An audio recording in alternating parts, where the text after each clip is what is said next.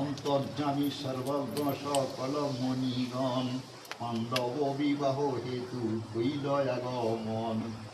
শিষ্য সহ পরাশর মহাতপোবল যমদগ্নি জৈমিনী শ্রী অসিত দেবল পৌণ্ড্রমণি মাণ্ডব্য ভার্গব জরজ্ঞ গর্গমণি পদ্মতয় হস্ত জলভব।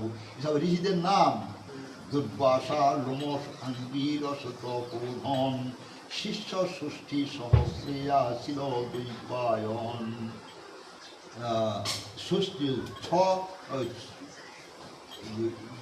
ষষ্ঠী সহস্র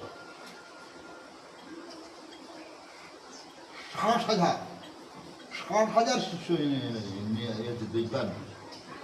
জ থেকে আসিল মণি লিখনে না যাই দাড়ি সব আসি দ্রুত দ্রুপদে জানাই। শুনিয়া দ্রুপদ রাজা শীঘ্র গতি উঠি আগুসরি প্রণমিল মেশেরি লুটি গলগ্নি কৃত বাসে করি সম্ভাষণ। এসব মুনির পাল তো সবে আছে, তাদের সম্ভাষণ করে কি উপদেশ দেয় শুনবে। গলগ্নিকৃত বাসে করি সম্ভাষণ বসিবারে সবে দিল উত্তম আসন।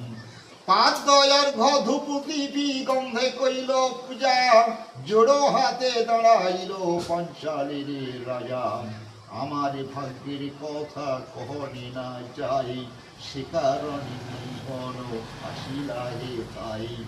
আছিল সন্দেহ এই বিবাহ কারণ বিধিদাতা সংসারে তোমরা সর্বজন। যে বিধানে কহিবা বিধানে সেই মতো বিচারিয়া সব কথা দেহ অধিমত। মুনিগণ বলে শোন মোরা কি কহিব পূর্বে ধাতা সৃষ্ট বিধি কেমনে যাব। কৃষ্ণারে বিবাহ হেতু এই নিরূপণ ঘটিবে যে পঞ্চকোটি বিধির লিখন। মুনিগণ বলছে সুরভীর সাপয়ারে পশুপতি বরে পঞ্চকোটি পাবে সতী কোটি তোমারে।